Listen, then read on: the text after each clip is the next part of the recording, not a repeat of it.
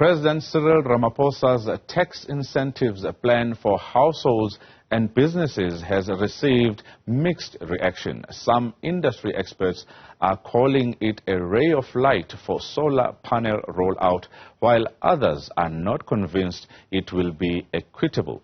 Business reporter Ntokozo Khumalo filed this report.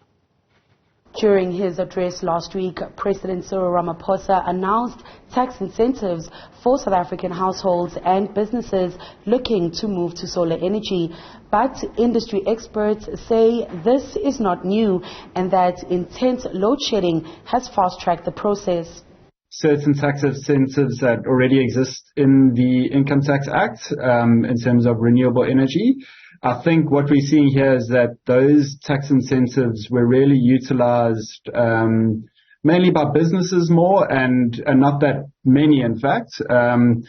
Whereas what we're hoping to see, based on the President's announcements, is an incentive that will reach a far greater number of taxpayers. So he did mention that it would be incentives for both companies and individuals, which is encouraging. Think tank leader Dr. Sam Nkoma says the tax incentive is welcomed if it does what it intended: make renewable energy more affordable for more people. The incentives are already packaged in a legislation, but what the government is now trying to do is to increase the uptake of households and businesses in terms of using or buying or investing in solar panels or equipment as part of relieving or alleviating this huge load shedding that is facing the country.